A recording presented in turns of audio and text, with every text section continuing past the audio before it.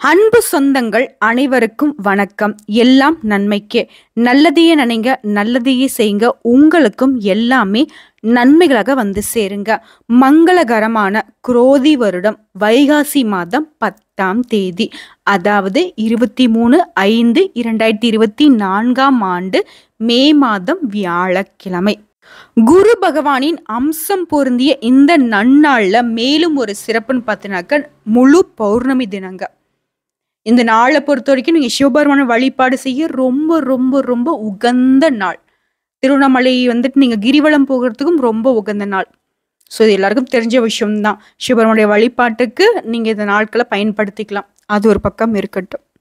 So இந்த நாளை பொறுத்த வரைக்கும் நம்முடைய சிம்ம ராசி அன்பர்கள் வழிபாடு செய்ய வேண்டிய தெய்வம்னு பார்த்தீங்கன்னாக்க குரு பகவானை வழிபாடு செய்யுங்க, சிவபெருமான வழிபாடு செய்யுங்க, நந்தி தேவரை வழிபாடு செய்யுங்க. இந்த 3 தெய்வங்களின் வழிபாடும் உங்களுக்கு நன்மையை பயக்கும். அது மட்டும் இல்லைங்க, இப்போ இந்த வீடியோ பதிவு பார்க்கக்கூடிய இந்த தருணத்துல சொல்லுங்க, ஓம் நமக் சிவாய, ஓம் குரு பகவானே போற்றி போற்றி. மேலும் இந்த நாளை பொறுத்த வரைக்கும் உங்களுடைய வழிபாடு எப்படி இருக்குன்னாக்கா, அதிகாலை எழுந்து குளிச்சு முடிச்சுட்டு உங்க வீட்டில் இருக்கக்கூடிய பூஜை அறையை சுத்தம் செய்து தெய்வ படங்களை அலங்கரித்து பூமாலை சூற்றி ஒரு நெய் தீபம் அல்லது நல்லெண்ணெய் தீபம் ஏற்றி வழிபாடு செய்யுங்க. தீப தூப ஆராதனை காட்டுங்க. அதிகாலையில உங்க வீடுகளில் வந்து மணியை வந்து ஒலிக்க விடுங்க.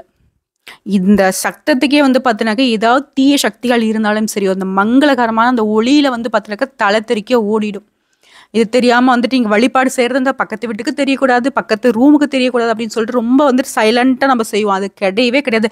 கோயில் எதுக்குங்க மணி கட்டுறோம்? அந்த கோயிலில் அடிக்கக்கூடிய மணி வந்து பார்த்தீங்கன்னா அந்த ஊர் முழுக்க கேட்கும். அதே மாதிரி நம்ம வீட்லயே வந்து நம்ம வழிபாடு செய்யறோம் அப்படின்னாக்கா அந்த சத்தம் வந்துட்டு ஒலிக்கணும். அந்த கிணி கிணி கிணின்னு சொல்ற அந்த சத்தம் வந்து பார்த்தீங்கன்னாக்கா வீடு முழுக்க அந்த ஒளி பரவும் பொழுது தீய சக்திகள் ஏதாவது நமக்கே தெரியாம ஒரு கெட்ட ஒரு காத்து மாதிரி ஏதாவது உக்காந்துருக்கு அப்படின்னாலும் சரி காணாம போகும். முக்கியமா குழந்தைகள் இருக்கக்கூடிய வீடுகள்ல ஒவ்வொரு நாளுமே நீங்க காலையில மாலையில அந்த மணியை வந்து பார்த்தீங்கன்னாக்க நீங்க பெல் பண்ணியே ஆகணும். சரிங்களா? அப்படி செய்யும் பொழுது குழந்தைகளுக்கு வந்து பார்த்தீங்கன்னாக்க ஏதாவது ஒன்று இருக்கு, குழந்தைங்க அழுதுகிட்டே இருக்கு, இந்த மாதிரி விஷயங்கள்லாம் கட்டாயம் காணாமல் போகும். அது மட்டும் இல்லைங்க, பொதுவாகவே நம்ம பெரியவங்களுக்கே சொல்றேனே, நமக்கே வந்து தூங்கும் பொழுது சரியா தூக்கம் வராது, ஏதாவது ஒரு குழப்பத்திலே இருப்போம், நமக்கே தெரியாது, இனம் புரியாத ஒரு வேதனை நமக்குள்ள வந்து உட்காந்துக்கும். ஆனால் நமக்கே தெரியும், யோசிச்சு பார்ப்போம், எதுக்காக நம்ம இப்படி ஒரு மாதிரி சோகமா இருக்கும்னு நமக்கே தெரியாது. காரணம் காரியங்கள் தெரியாமலே சோகத்துக்கு ஆளாகிறது, மன உளைச்சலுக்கு ஆளாகிறது, குழப்பத்துக்கு ஆளாகிறது.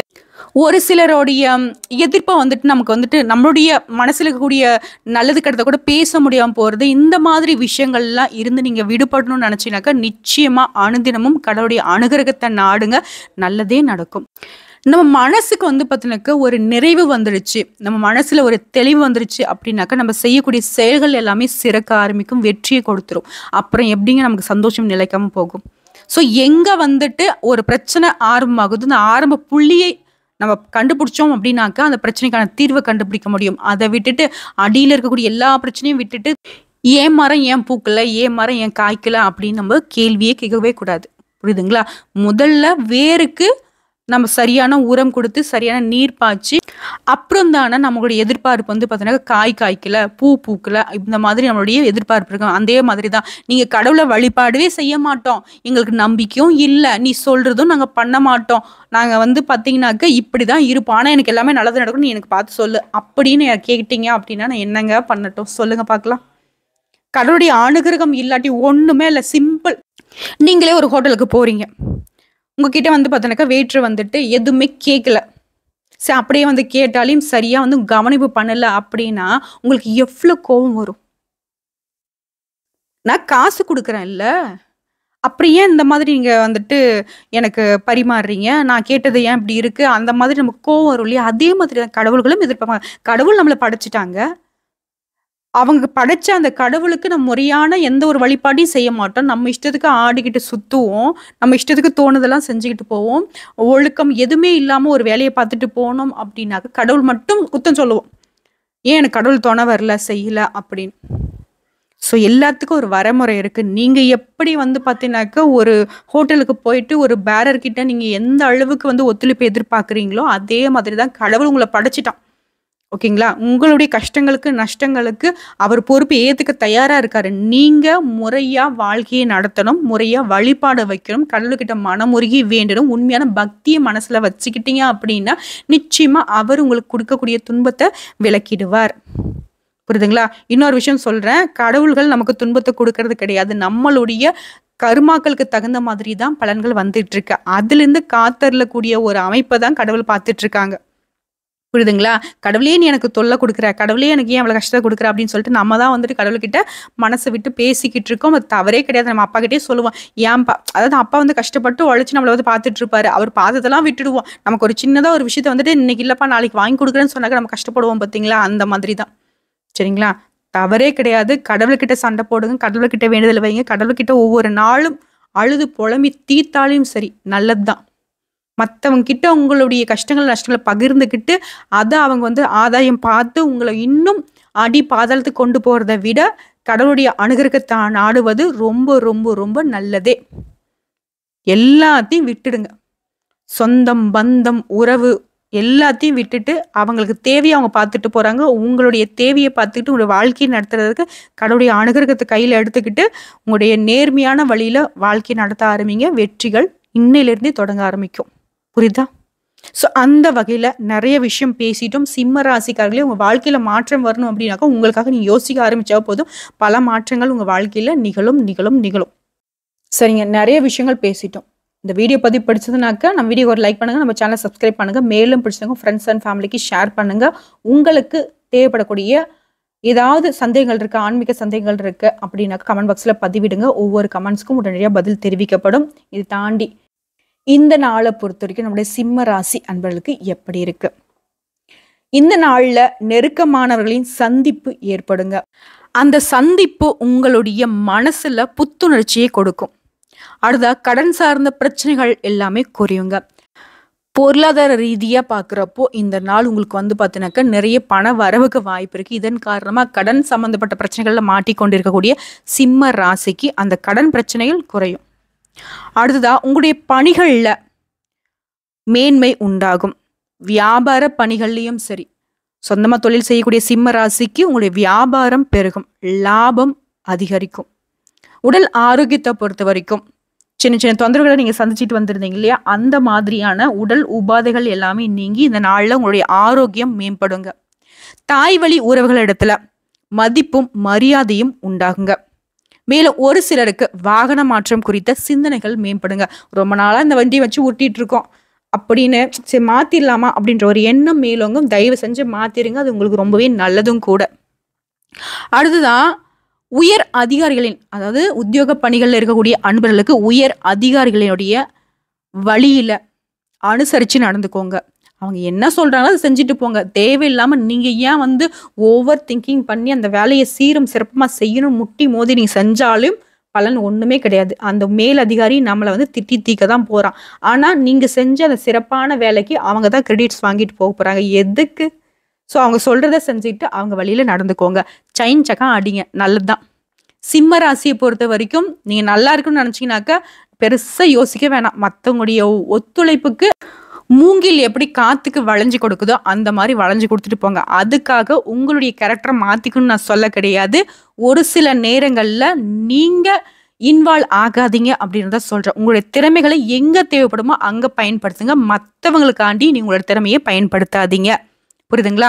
இன்னொரு விஷயம் சொல்லணும்னாக்கா, இந்த நாளை பொறுத்த வரைக்கும் நிறைய விதங்கள்ல உங்களுக்கு உயர்வை தரக்கூடிய ஒரு நாளா தான் அமைஞ்சிருக்கு.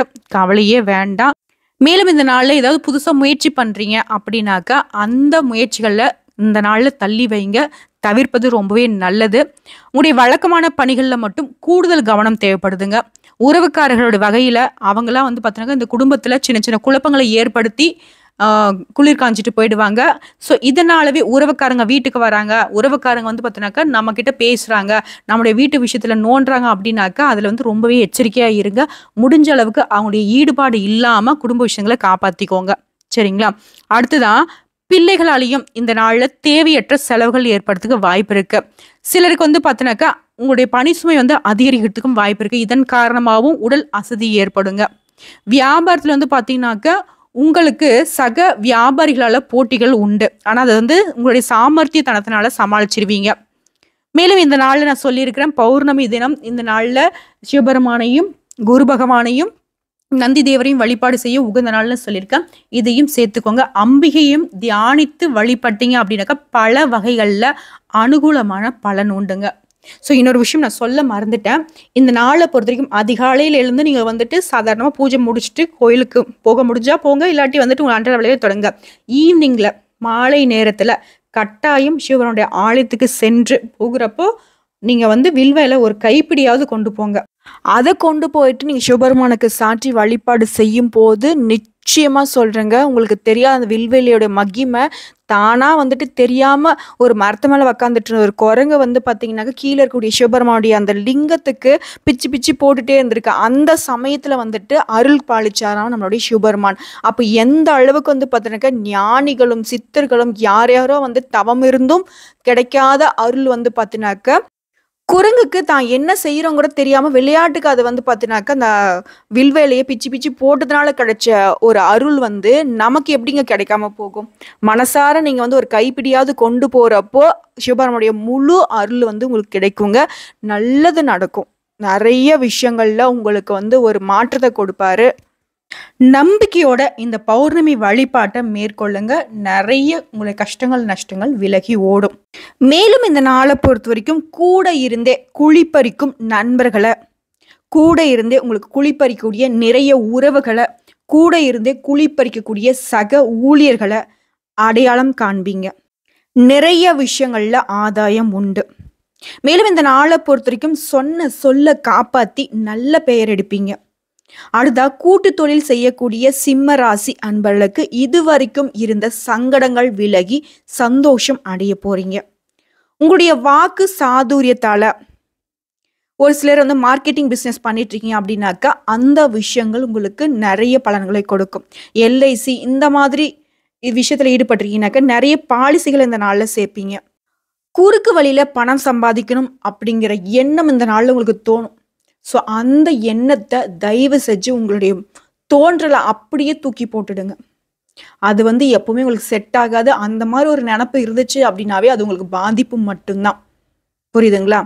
அடுத்ததா தடைப்பட்ட சுப நிகழ்ச்சிகள் எல்லாமே இந்த நாளில் நடத்தி முடிப்பீங்க. ஆக மொத்தத்தில் இந்த நாளை பொறுத்த வரைக்கும் சிம்ம ராசிக்கு உயர்வான நாளாக தாங்க அமைஞ்சிருக்கு. மேலும் உங்களுடைய அதிர்ஷ்டமான திசை தென்கிழக்கு திசை, அதிர்ஷ்டமான எண் 7, அதிர்ஷ்டமான நிறம் நீல நிறங்க. அடுத்த நட்சத்திர பலன்களை பார்க்கலாங்க. மகம் பூரம் உத்திரம் 1ஆம் பாதம். மகம் நட்சத்திரத்தை பொறுத்த வரைக்கும் இந்த நாள்ல உங்களுக்கு மனசுக்கு பிடிச்ச ஒருத்தருடைய சந்திப்பு உண்டாகும். மேலும் இந்த நட்சத்திரக்காரர்களை பொறுத்த வரைக்கும் உடல் ஆரோக்கியத்துல கவனம் செலுத்துங்க. ஒவ்வொரு விஷயத்திலையும் உங்களுடைய விருப்பங்கள் நிறைவேறும். வியாபாரத்துல நீங்க எதிர்பார்த்த ஆதாயம் உண்டாகுங்க. அடுத்த பூரம் நட்சத்திரக்காரர்களை பொறுத்த வரைக்கும் நினைச்சதுக்கு மாறான செயல்கள் நடைபெறும். வியாபாரத்துல இருந்த பிரச்சனைகள் கொஞ்சம் உங்களுக்கு சால்வ் ஆகுங்க. மேலும் இந்த நட்சத்திரத்தை பொறுத்த வரைக்கும் நண்பர்கள் மூலம் காரிய அனுகூலம் உண்டாகுங்க. ஒரே வரியில சொல்லினாக்க இந்த நட்சத்திரக்காரர்களை பொறுத்த வரைக்கும் மேன்மை உண்டாகக்கூடிய ஒரு அமைப்பு இருக்கு. அடுத்த உத்திரம் 1ஆம் பாதத்தை பொறுத்த வரைக்கும் கணவன் மனைவிக்கிடையே அனுசரித்து நடந்துக்கிறது ரொம்பவே நல்லது. மேலும் இந்த நாளை பொறுத்த வரைக்கும் உங்களுக்கு கொடுக்கல் வாங்கல்ல கொஞ்சம் கவனமா இருங்க. கடன் சம்பந்தப்பட்ட விஷயங்கள்ல பணம் திரும்ப கிடைக்கிறதுக்கான ஒரு வாய்ப்பும் இருக்கு. அதையும் பயன்படுத்திக்கோங்க. மேலும் உங்களை பொறுத்த வரைக்கும் உங்களுடைய எதிர்காலம் பற்றிய சிந்தனைகள் மேலோங்கும். பெரியோர்கள் ஆதரவுடன் பிரச்சனைகளுக்கு முடிவு காண்பீங்க. ஆக மொத்தத்தில் இந்த நாளை பொறுத்த வரைக்கும் நான் முன்னாடியே சொன்ன மாதிரி தான் நிறைய விஷயங்கள்ல உயர்வை தரக்கூடிய நாளா சிம்ம ராசிக்கு அமைஞ்சிருக்குங்க. இன்னும் சிறப்பாக இருக்க இந்த நாள்ல சிவபெருமானையும் குரு பகவானையும் அம்பிகை தேவியும் சேர்த்து வழிபாடு செய்யுங்க. நல்லதே நடக்கும், நல்லது மட்டுமே நடக்கும்னு சொல்லிட்டு இந்த வீடியோ பதிவு இதோட முடிச்சுக்கிறேங்க. நன்றி, வணக்கம். ஏதாச்சும் சந்தேகங்கள் இருந்தது அப்படின்னா கமெண்ட் பாக்ஸில் பதிவிடுங்க. உங்களுடைய சந்தேகங்களுக்கு உடனடியாக பதில் தெரிவிக்கப்படும். ஆன்மீகம் எளிமையே, அதை அணுகுவதும் எளிமைதான். ஆண்டவனுடைய அருளால இந்த நாள் சிம்ம ராசிக்கு சிறப்பான நாளாக அமையன்னு சொல்லிட்டு நானும் கடவுள்கிட்ட மனசார வேண்டிக்கிறேங்க. ஓம் நமக் சிவாய. ஓம் குரு பகவானே போற்றி போற்றி.